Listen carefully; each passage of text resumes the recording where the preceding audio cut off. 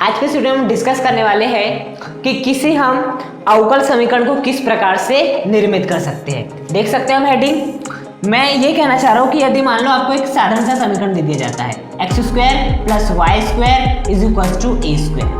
यह आपका एक साधारण समीकरण है। अब इस साधारण समीकरण को आपको किसमें परिवर्तित करना है? आपको परिवर्तित करना है एक अवकल समीकरण में। मतलब आपको इस समीकरण से अवकल समीकरण का निर्माण करना है। तो आप किस प्रकार से कर सकते हैं, आज के इस वीडियो में हम वही सीखने वाले हैं। तो देखिए, मैं ये जो मैंने एग्जाम्पल लिया था, इस एग्जाम्पल से मैं आपको समझाने का प्रयास करता हूँ।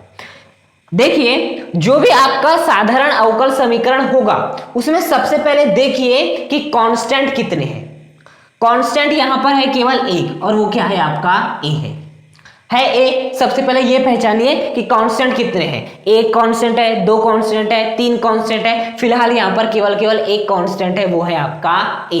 यदि यहां पर क्या हो जाता है, ए स्क्वायर प्लस बी स्क्वायर हो जाता, तो यहां पर कितने कांस्टेंट हो जाते हैं? दो। एक कांस्टेंट ए हो गया, एक कांस्टेंट बी हो गया। लेकिन अभी फिलहाल आपका एक ही कांस्टेंट है, आपका ए। तो आपके समीकरण में जितने कांस्टेंट होंगे उतने ही बार आपको उस समीकरण का अवकलन करना है।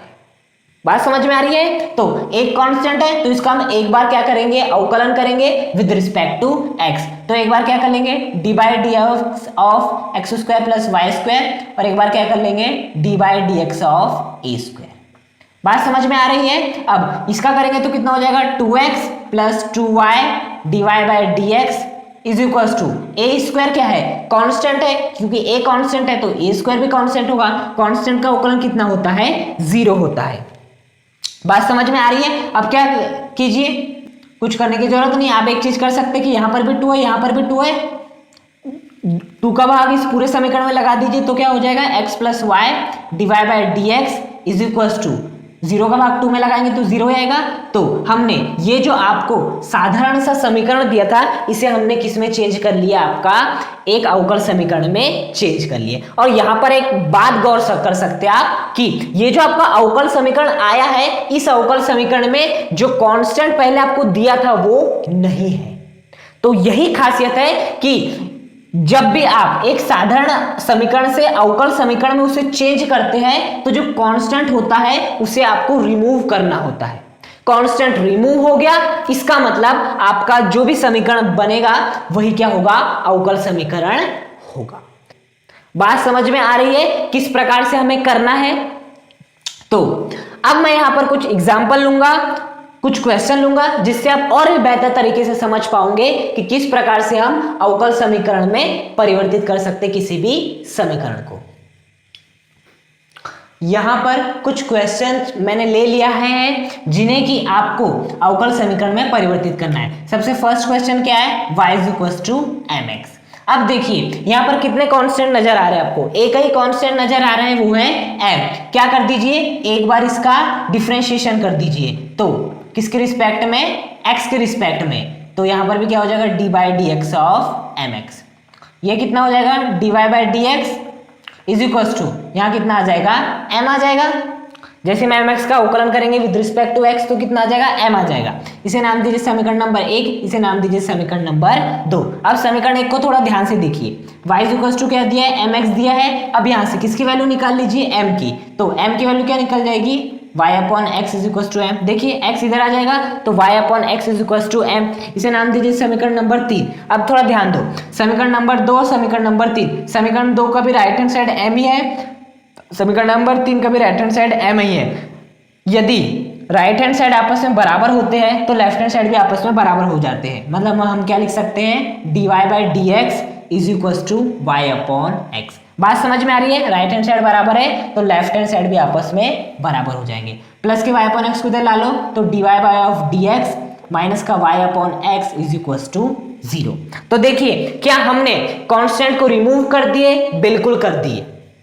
और हमने यहां पर एक बार अवकलन भी कर लिए हैं। इसका मतलब ये जो है हमारा वो क्या बन जाएगा? आपका अवकल समीकरण बन जाएगा। तो बात समझ में आ रही है, जितने आपके कांस्टेंट होते हैं उतने बार आपको अवकलन करना रहता है। जैसे कि यहाँ पर एक कांस्टेंट था, एक बार हमने क्या कर दिया, अवकलन कर दिए। अब एक बार अवकलन करने के बाद भी आपका ये जो m था वो रिमूव नहीं हुआ था, तो यहाँ पर हमने एक तरकीब लगाए। वो क्या लगाए कि यहाँ से हमने m का मान निकाल लिए, राइट हैंड साइड आपस में बराबर कर दिए, तो लेफ्ट हैंड साइड भी आपस में बराबर हो गए और m अपने आप रिमूव हो गया। कई बार आपको ऐसा भी करना होगा। बात समझ में आ रही है। अब हम चलते हैं आपके नेक्स्ट क्वेश्चन पर।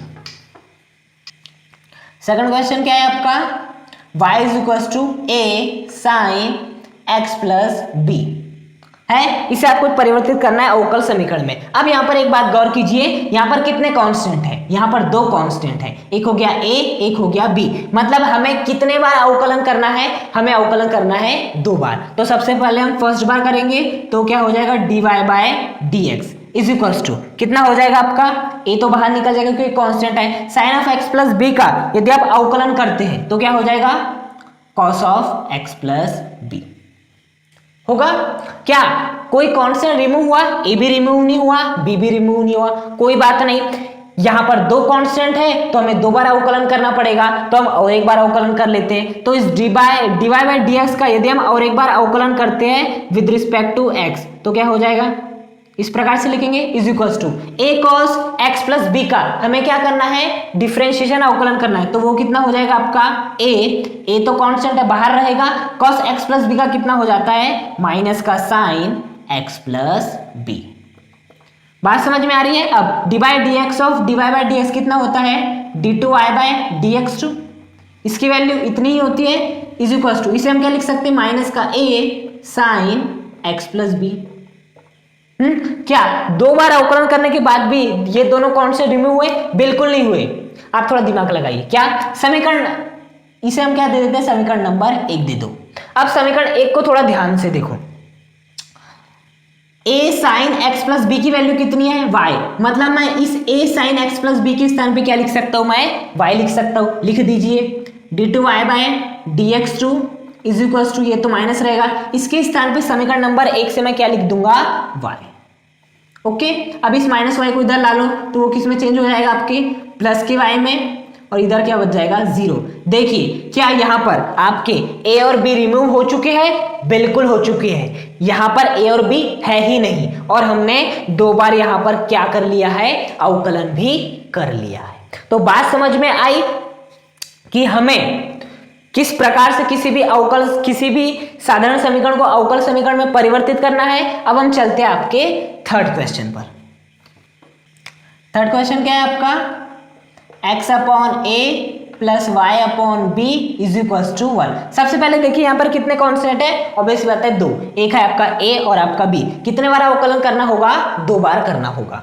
तो सबसे पहली बार करते हैं किसके रिस्पेक्ट में, x के रिस्पेक्ट में। तो इस प्रकार से लिखेंगे x upon a plus y upon b. यदि हम एक का क्या करते हैं, अवकलन with respect to x, answer कितना आएगा, 0। अब इनका करो, x अपॉन a का कितना होगा, 1 अपॉन a। ऑब्वियस सी बात है 1 अपॉन a कांस्टेंट होगा तो बाहर निकल जाएगा, x का अवकलन विद रिस्पेक्ट टू x कितना होगा आपका, 1 होगा। इसलिए केवल 1 अपॉन a इंटू 1 कितना होता है आपका, 1 अपॉन a ही होता है, प्लस y अपॉन b का विद रिस्पेक्ट टू x करेंगे तो आंसर कितना आएगा आपका, 1 upon b dy by dx, और इज इक्वल टू में तो 0 चल रहा है। ये कैसा की बात समझ में आई ना, पहले हमने x अपॉन a का किए, फिर हमने y अपॉन b का किए। अब क्या आपके a और b रिमूव हो गए, बिल्कुल भी रिमूव नहीं हुए। और एक बार अवकलन कर दो, तो जैसे मैं इसका क्या करूंगा, इसका मैं फिर से क्या करने जाऊंगा, अवकलन विद रिस्पेक्ट टू x, तो क्या हो जाएगा, 1 अपॉन a का एक बार फिर से करेंगे, इस 1 upon b dy by dx का फिर से करेंगे, तो 1 अपॉन a का कितना हो जाएगा, 0, क्योंकि 1 अपॉन a क्या है, कांस्टेंट वैल्यू है, प्लस अब इस 1 अपॉन b का करने जाएंगे तो कितना हो जाएगा आपका, 1 upon b d2y bye dx2 हो जाएगा आपका 1 upon B d2y by dx2, क्योंकि 1 अपॉन बी तो एज ए कांस्टेंट ट्रीट हो रहा है। और 0 का यदि आप अवकलन भी करते हैं विद रिस्पेक्ट टू x तो भी आंसर आपका 0 यहाँ आएगा।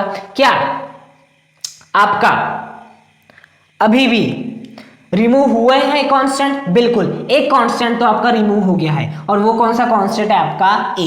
अब आपको किसे रिमूव करना है, आपको b को रिमूव करना है। तो आप किस प्रकार से कर सकते हैं, थोड़ा सा यहाँ पर दिमाग लगाइए।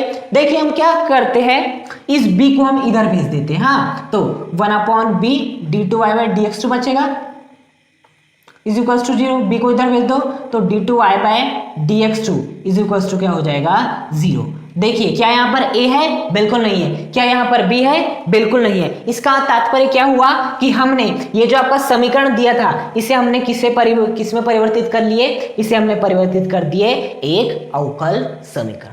तो बात समझ में आ रही है, जितने कांस्टेंट है उतने बार आपको क्या करना होगा, अवकलन करना होगा। अवकलन करने के बाद भी रिमूव नहीं होते हैं तो आपको कुछ भी सोच समझकर कुछ ऐसी व्यवस्था करनी होगी कि आपके ए और बी रिमूव हो जाए। अब हम चलते हैं आपके नेक्स्ट क्वेश्चन पर। फोर्थ क्वेश्चन क्या है आपका, y square is equal to 4ax। देखिए यहाँ पर कितने कांस्टेंट है, यहाँ पर आपका केवल एक कांस्टेंट है और वो है आपका a। इसे आपको क्या करना पड़ेगा, रिमूव करना पड़ेगा।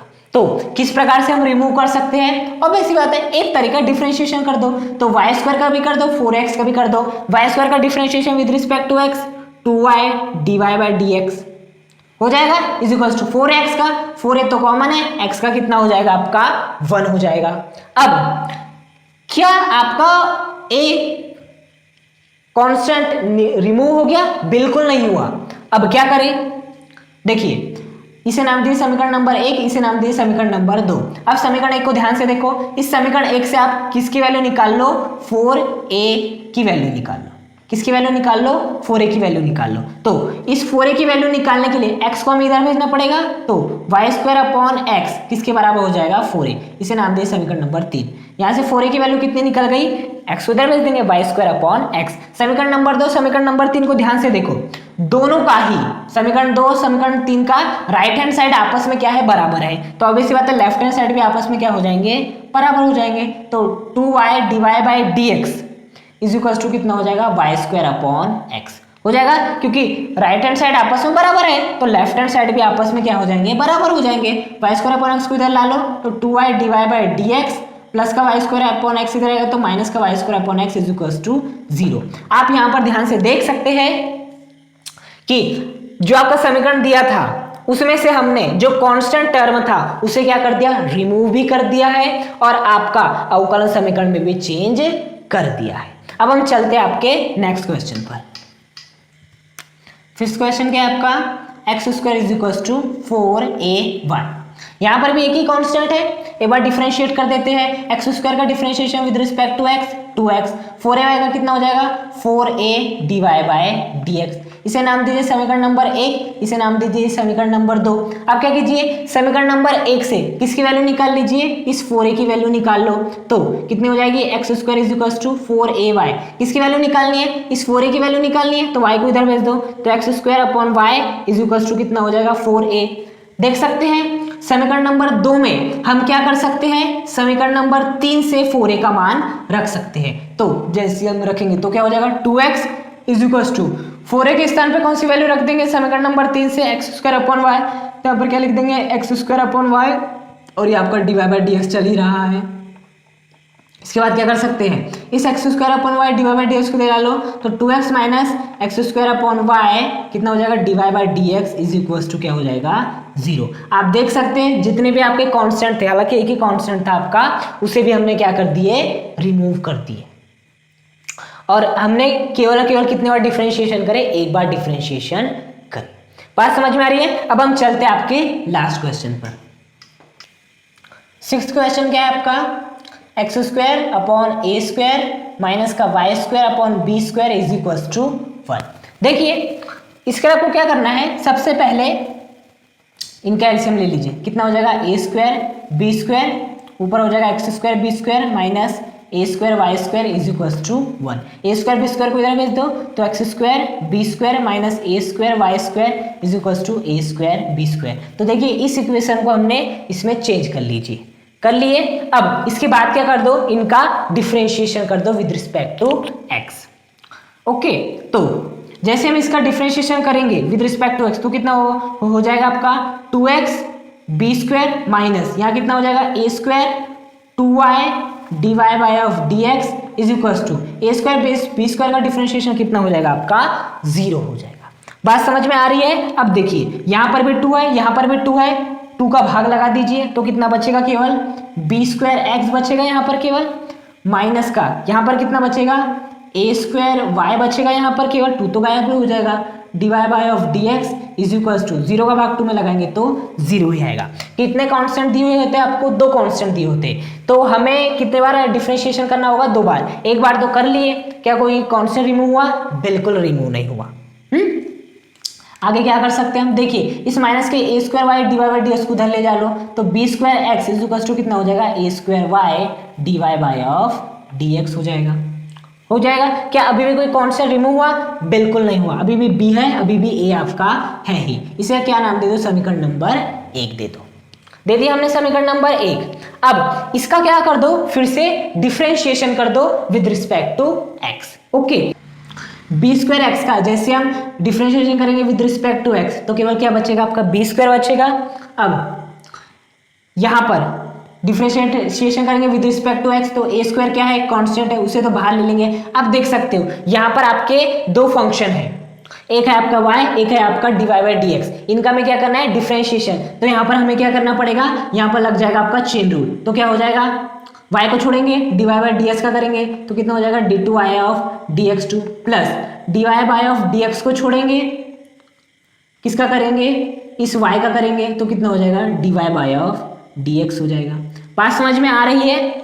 जब हमने इधर डिफरेंशिएशन करे तो बी स्क्वायर तो कांस्टेंट है, तो एक्स का तो 1 हो जाएगा, तो इसलिए बी स्क्वायर बचेगा। यहाँ पर ए स्क्वायर कांस्टेंट था, लेकिन यहाँ पर 2 फलन थे, एक y divide by d x, दोनों इनटू में थे, तो यहाँ पर क्या लग जाता? चेन रूल, जिससे कि आपका ये हो जाता। अब divide by d x into divide by d x क्या हो जाएगा? इंटू होगा तो इनका स्क्वायर हो जाएगा। तो फाइनली इसे हम क्या नाम देते हैं? समीकरण नंबर 2।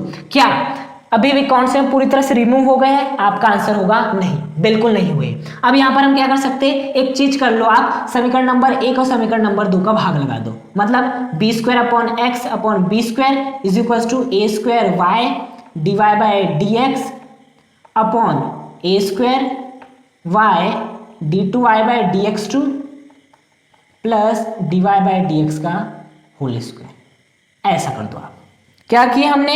इस समीकरण नंबर जो आपका 1 था उसमें समीकरण नंबर 2 का भाग लगा दिए। लेफ्ट हैंड साइड का भाग लेफ्ट हैंड साइड में, राइट हैंड साइड का भाग राइट हैंड साइड में। कुछ कैंसिल हो रहा है? बिल्कुल, बी स्क्वायर से बी स्क्वायर कैंसिल हो जाएगा, ए स्क्वायर से ए स्क्वायर कैंसिल हो जाएगा। फाइनली आपके पास क्या बच जाएगा? एक्स, इधर केवल आपका एक्स बचेगा इज इक्वल्स टू, ऊपर क्या बचेगा? Y d y by of d x divide में क्या बच जाएगा? Y d two y by d x two plus d y by d x का क्या हो जाएगा? आपका होल स्क्वायर हो जाएगा। अब चाहे तो इसे आप और भी आगे सॉल्व कर सकते हो। अब देखिए यहाँ पर आप क्या बोल सकते हैं कि यहाँ पर दोनों कौन से रिमूव हो गए? बिल्कुल, आपका ए स्क्वायर भी गायब, बी स्क्वायर भी गायब। अब क्या कर सकते हैं आगे? ये जो नीचे है इसको इधर भेज दीजिए, तो कितना हो जाएगा? X into y d two y by d x two plus x d y by d x का क्या हो जाएगा? Whole square is equal to y d y by of d x. क्या किया मैंने? इसको इधर भेजा, साथ ही एक्स का इंटू भी कर दिया। एक्स का इंटू इससे होगा, फिर एक्स का इंटू इससे होगा, और इधर y d y by d x चल रहा है। तो देखिए हमने क्या कर लिए, जो आपको एक साधारण सा समीकरण दिया था इसे हमने किस में चेंज कर लिए? अवकल समीकरण में चेंज कर लिए। और कैसे पता लगा सकते हो कि यहाँ पर कोई आपका कांस्टेंट भी उपस्थित नहीं है। तो उम्मीद करता हूं कि आप सीख चुके होंगे इन क्वेश्चन के माध्यम से कि किस प्रकार से हम किसी साधारण समीकरण को हम अवकल समीकरण में परिवर्तित कर सकते हैं। Thank you.